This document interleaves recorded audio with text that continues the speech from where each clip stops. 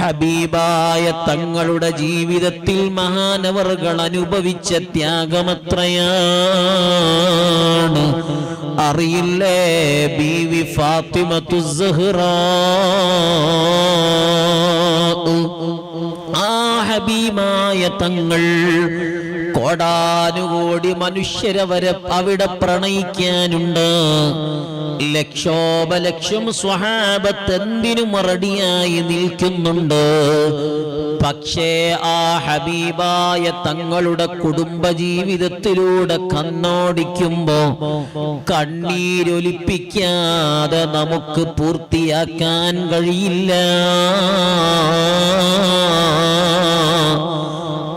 ഹബീബിന്റെ സമീപത്തേക്ക് വിവാഹം കഴിച്ചു പറഞ്ഞയച്ച പ്രിയപ്പെട്ട മകൾ ബീവി ഫാത്തിമത്തു സഹ്റാ റളിയല്ലാഹു അൻഹ വന്ന് പറഞ്ഞു, യാ റസൂലല്ലാഹ്,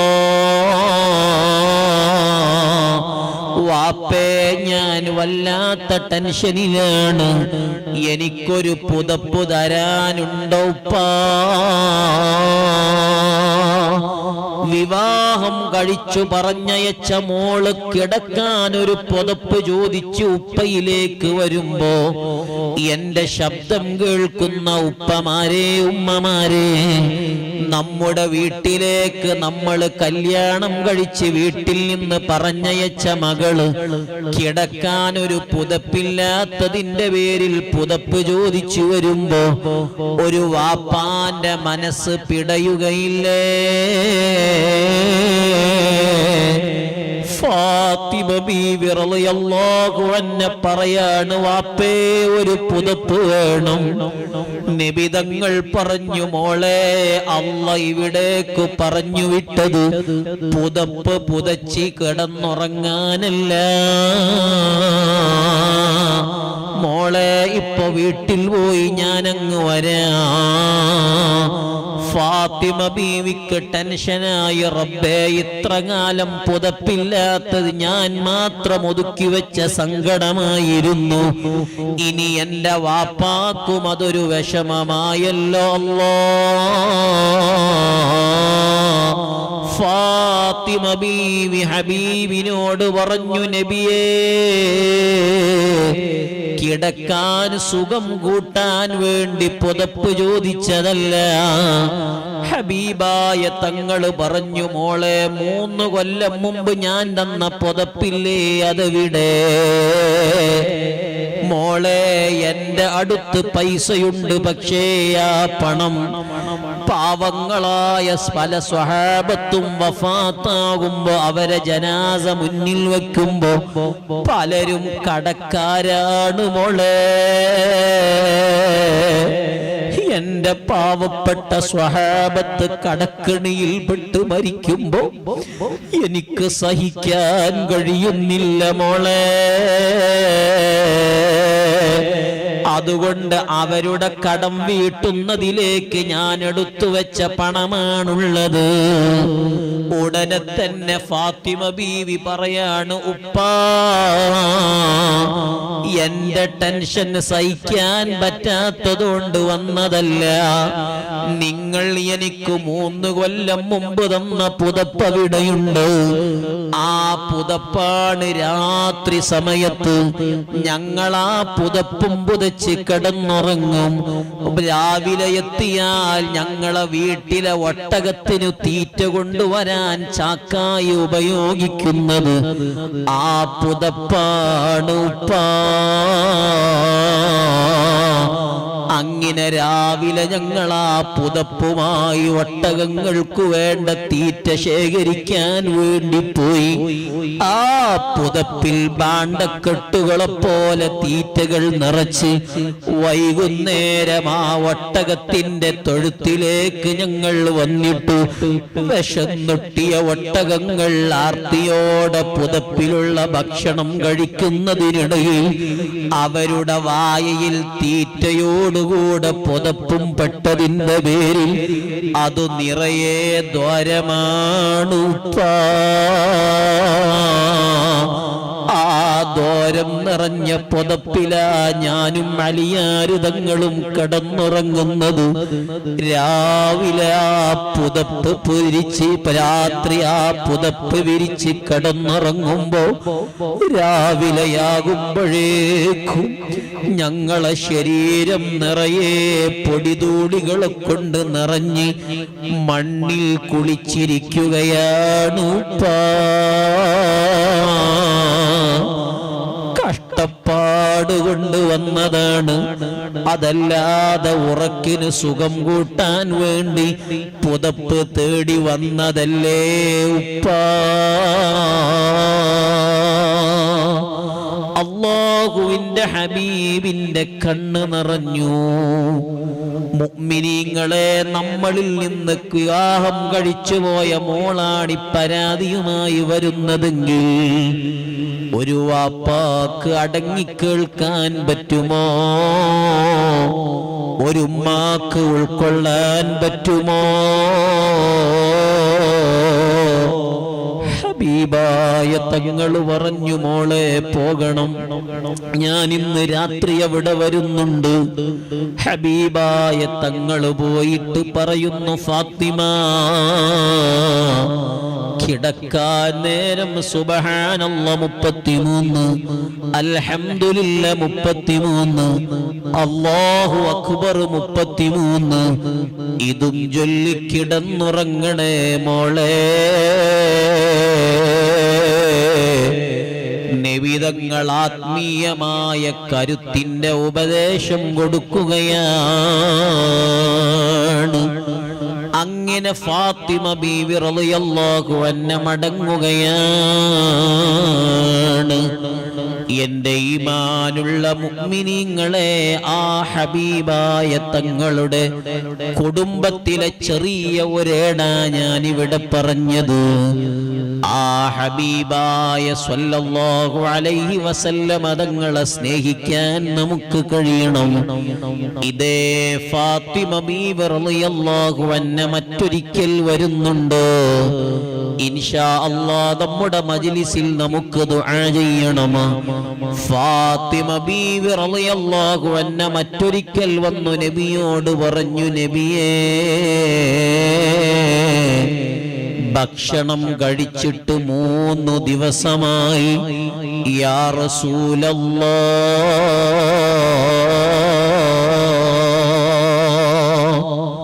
സുബ്ഹാനല്ലാഹ്, അല്ലാഹുവിന്റെ ഹബീബിനോട് വിവാഹം കഴിച്ച വീട്ടിൽ നിന്ന് വന്നു പരാതി മകൾ പറയുന്നു. ഹബീബായ തങ്ങൾ അവിടുത്തെ ഖമീസ് ഉയർത്തിയിട്ട് പറഞ്ഞു, മോളെ, നീ ഭക്ഷണം കഴിച്ചിട്ട് 3 ദിവസമായെങ്കിൽ വാപ്പയായ ഞാൻ ഭക്ഷണം കഴിച്ചിട്ട് 7 ദിവസമായി മോളെ.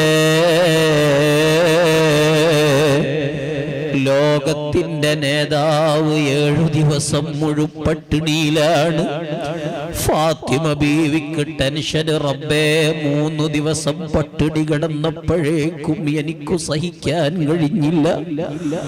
7 ദിവസം പട്ടിണി കിടക്കുന്ന വാപ്പയോട് എന്റെ പരാതി കൂടെ പറയുമ്പോ വാപ്പാന്റെ ടെൻഷൻ എത്രയാണ്. ഫാത്തിമ ബീവി പറഞ്ഞു, ഉപ്പാ, എനിക്ക് സഹിക്കാൻ കഴിയാത്തത് കൊണ്ട് വന്നതല്ല. എനിക്ക് 2 മക്കൾ ഹസനൈനി റളിയല്ലാഹു അൻഹുമ ഉള്ള വിവരം വാപ്പാക്കറിയില്ല ഉപ്പാ.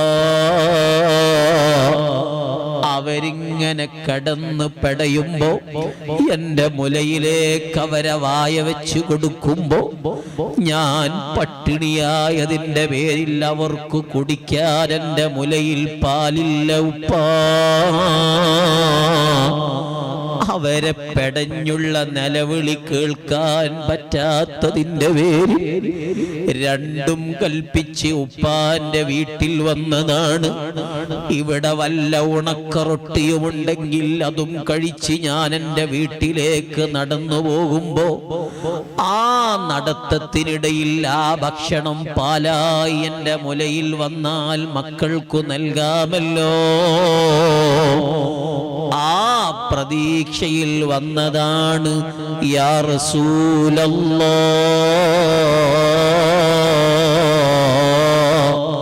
അല്ലാഹുവിന്റെ ഹബീബിന് വല്ലാത്ത വിഷമമായി. റബ്ബേ,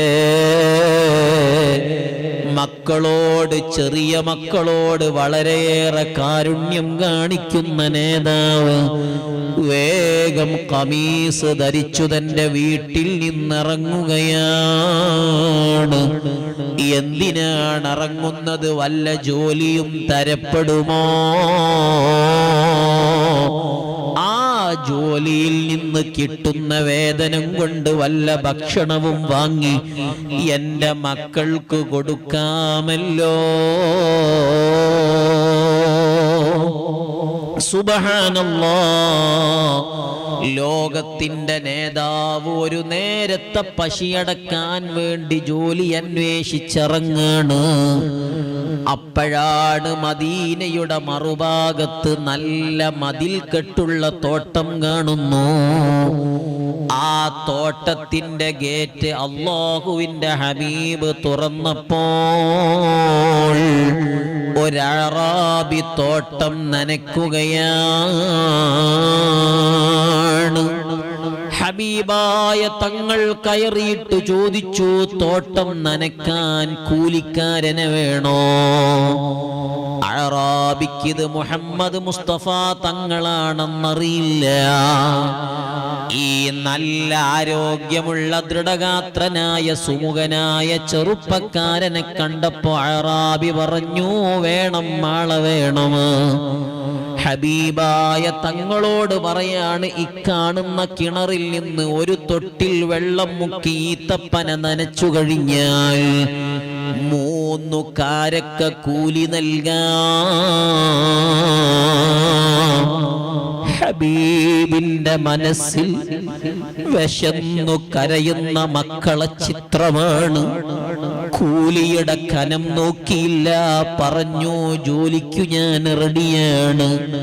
ഹബീബായ തങ്ങൾ ജോലി ഏറ്റെടുത്തു. 1ാമത്തെ തൊട്ടിൽ കിണറിലിറക്കി വെള്ളം മുക്കി നനച്ചു. 2ാമതും ഇറക്കി നനച്ചു. 3ാമതും വെള്ളം മുക്കി നനച്ചു. 4ാമത്തെ തൊട്ടിലിറക്കുമ്പോൾ സുബ്ഹാനല്ലാഹ്, ആ കയറിൽ നിന്ന് തൊട്ടിൽ പൊട്ടി കിണറിൽ വീഴുകയാണ്. ബക്കറ്റ് കിണറിൽ വീണുപോയി. മേസ്തിരിയായി നോക്കി നിൽക്കുന്ന അറാബിക്കിത് സഹിച്ചില്ല. ദേഷ്യപ്പെട്ട് ഓടി വന്ന് ഹബീബായ തങ്ങളെ മുന്നിൽ വന്നു എല്ലാ ശക്തിയും സംഭരിച്ചിട്ട് ഫലതമ വജ്ഹഹു സ്വല്ലല്ലാഹു അലൈഹി വസല്ലം, മുസ്തഫായ തങ്ങളെ 14ാം രാവ് പോലെ പ്രശോഭിതമായ മുഖത്തേക്ക് ഒരടി വെച്ചു കൊടുക്കുകയാണ്. അടിയുടെ ആഘാതം കൊണ്ട് ഹബീബായ തങ്ങൾ ആ എന്ന് പറഞ്ഞുവെന്നല്ലാതെ ആ അറാബിയെ തിരിച്ചു ചെയ്തില്ലെന്നു മാത്രമല്ല, അവിടുത്തെ മുഖത്തേക്ക് കറുത്ത ഒരു നോട്ടം പോലും നോക്കിയില്ല. നിഷ്കരുണം ഈ അറാബി മുത്തുനബി തങ്ങളെ ജോലിയിൽ നിന്ന് ഡിസ്മിസ് ചെയ്യുകയാണ്.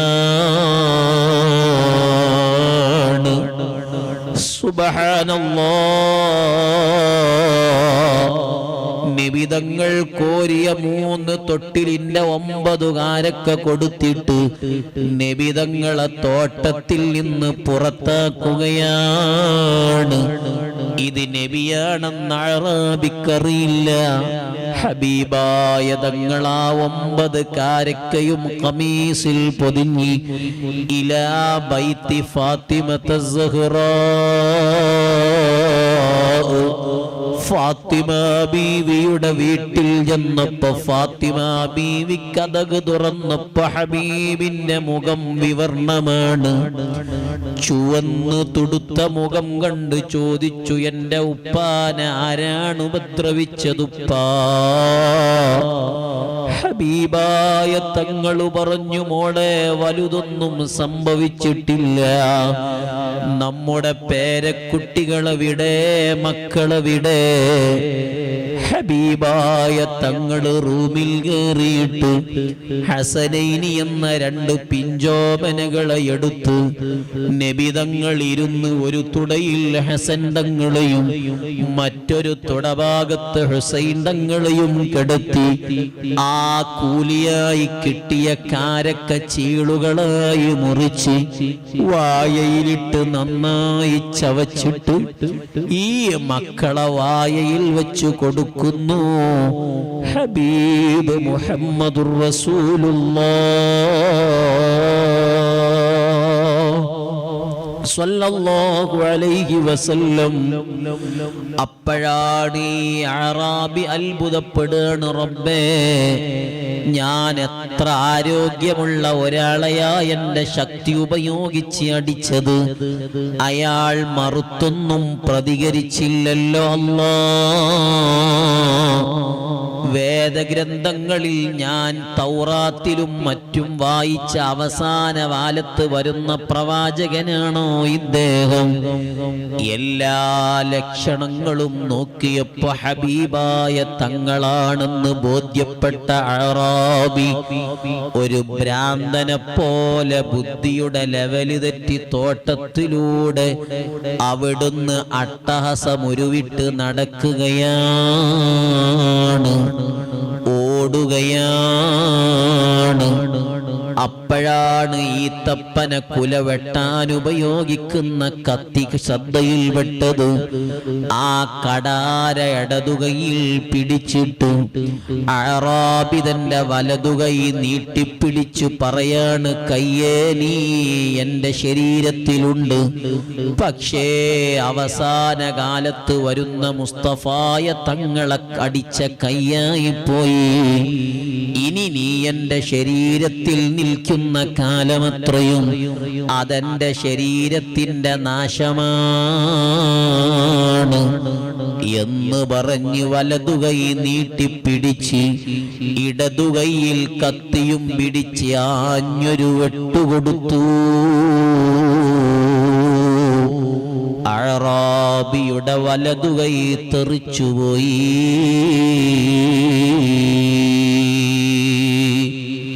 സുബ്ഹാനല്ലാഹ്. വേഗം മുറിച്ചു മാറ്റപ്പെട്ട കൈമറുകയിൽ പിടിച്ച് ഇലാ ബൈത്തി റസൂലില്ലാഹ്. നബി തങ്ങളെ പള്ളിയിൽ ആദ്യം ചെന്നു, നബിയെ കണ്ടില്ല. സ്വഹാബ പറഞ്ഞു, ഫാത്തിമയുടെ വീട്ടിലുണ്ടാവാൻ സാധ്യതയുണ്ട്. അറാബി കയ്യും പിടിച്ച് ഫാത്തിമ ബീവി റളിയല്ലാഹു അൻഹയുടെ വീട്ടിൽ ചെന്നപ്പോ ഫാത്തിമ ബീവി കതക് തുറന്നപ്പോ ഒരാള് രക്തത്തിൽ കുളിച്ച് കൈമറുകയിൽ പിടിച്ച് വന്നിരിക്കുന്നു. നബിയോട് പറഞ്ഞു, വാപ്പാ എന്തൊക്കെയോ ഡേഞ്ചറസ് പ്രശ്നം നടന്നിട്ടുണ്ട്, അതുകൊണ്ട് ഒരു മനുഷ്യനതാ അപകടത്തിൽ വന്നിട്ടുണ്ട്. നബിതങ്ങൾ മക്കൾക്ക് വായയിൽ കൊടുക്കാണ്.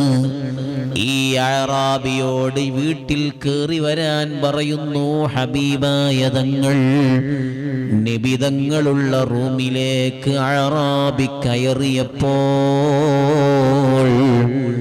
നേരത്തെ കൊടുത്ത കാരക്ക ചീളുകളാക്കി മുറിച്ച് ചെറിയ ചീളുകളാക്കി വായയിലിട്ടു ചവച്ച് മക്കളെ വായയിൽ കൊടുക്കുന്ന ഹബീബായ തങ്ങളെ കണ്ടപ്പോൾ അറാബി പറഞ്ഞു, യാ റസൂലല്ലാഹ്, നിങ്ങൾ അല്ലാഹുവിന്റെ പ്രവാചകനായ മുഹമ്മദ് നബിയാണെന്നൊരു വാക്കെന്നോട് പറഞ്ഞിരുന്നെങ്കിൽ അത് മുഴുവനും നൽകില്ല നബിയേ. കരകാണാ കാരുണ്യത്തിന്റെ കരുണക്കടലായ മുസ്തഫായ തങ്ങൾ വേഗമണീറ്റിട്ട് അറാബിയുടെ മുറിച്ചു മാറ്റപ്പെട്ട കൈപിടിച്ച് ആ മുറിക്കപ്പെട്ട ഭാഗത്തേക്ക് ചേർത്തു വെച്ച് ഹബീബിന്റെ ഉമിനീര് പുരട്ടി തടവിക്കൊടുക്കുന്നു. അറാബിയുടെ കൈ പൂർവസ്ഥിതിയിലാവുകയാണ്. ഉടനെ അഷ്ഹദു അല്ലാ ഇലാഹ ഇല്ലല്ലാഹ് വ അഷ്ഹദു അന്ന മുഹമ്മദർ റസൂലുള്ളാഹ്. ഈ അറാബി മുസ്ലിമായി തിരിക്കുകയാണ്. നബി സല്ലല്ലാഹു അലൈഹി വസല്ലമ തങ്ങളെ കാരുണ്യം പറ്റി അറാബി ഹിദായത്താവുകയാണ്. എൻ്റെ ഈമാനുള്ള മുഅ്മിനീങ്ങളെ, ആ ഹബീബായ തങ്ങള് നമ്മളെ കൂടെയുണ്ട്.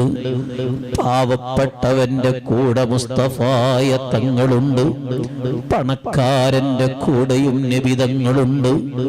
ഉമ്മമാരെ കൂടെയും വാപ്പമാരെ കൂടെയും നമ്മുടെ എല്ലാവരുടെയും കൂടെ ഹബീബായ തങ്ങളുണ്ട്.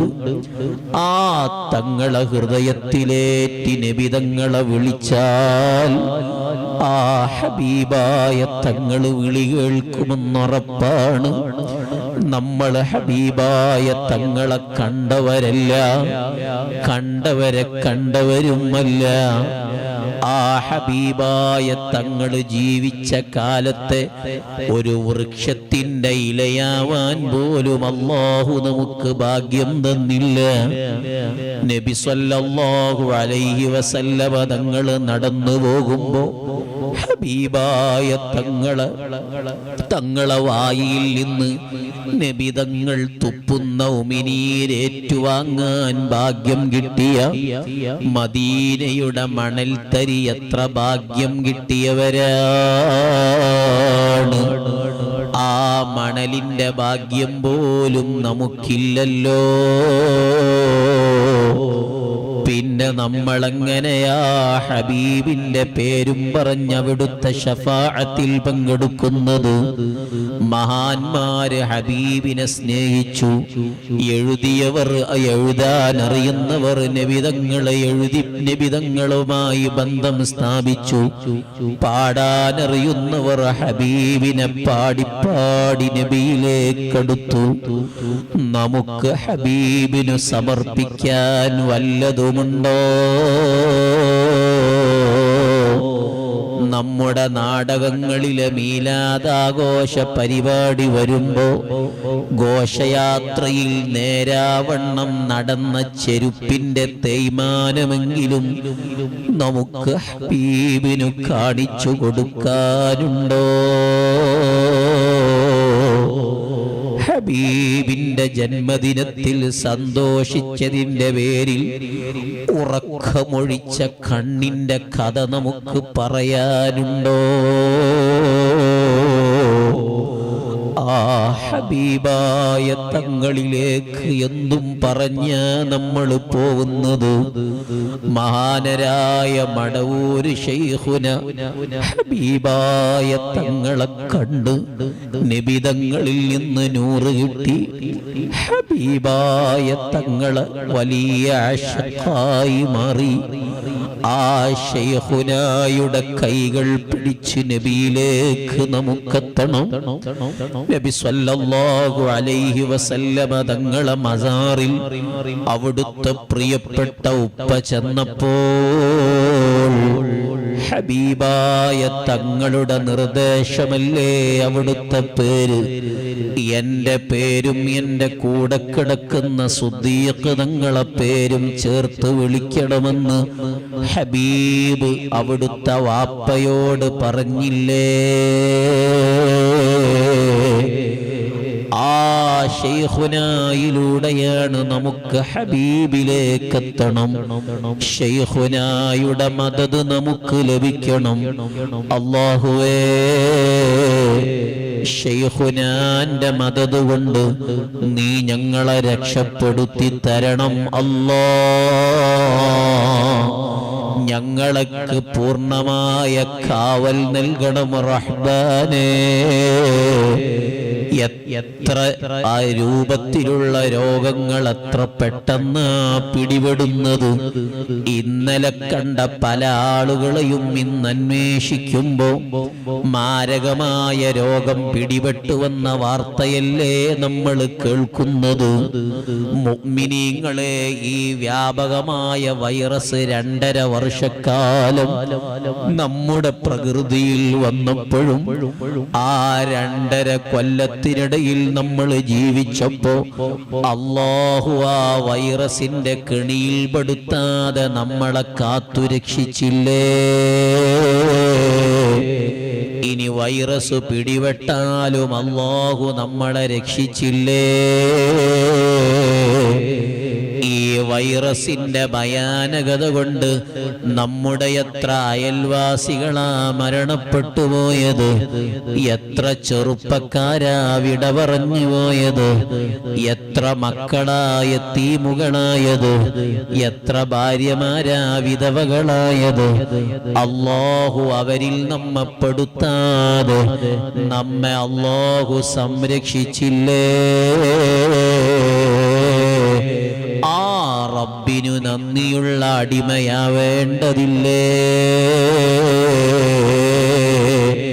അതുകൊണ്ട് ശൈഖുനായുടെ കരങ്ങൾ പിടിച്ച് മഹാന്മാര് അല്ലാഹുവിനെ കണ്ടതുപോലെ, ഹബീബായ തങ്ങളറിഞ്ഞതുപോലെ ആ ശൈഖുനായുടെ വലയത്തിൽ നമുക്കും പെടണം. അല്ലാഹുവേ, അവിടുത്തെ പൊരുത്തം ഞങ്ങൾക്ക് നൽകണം റഹ്മാനേ.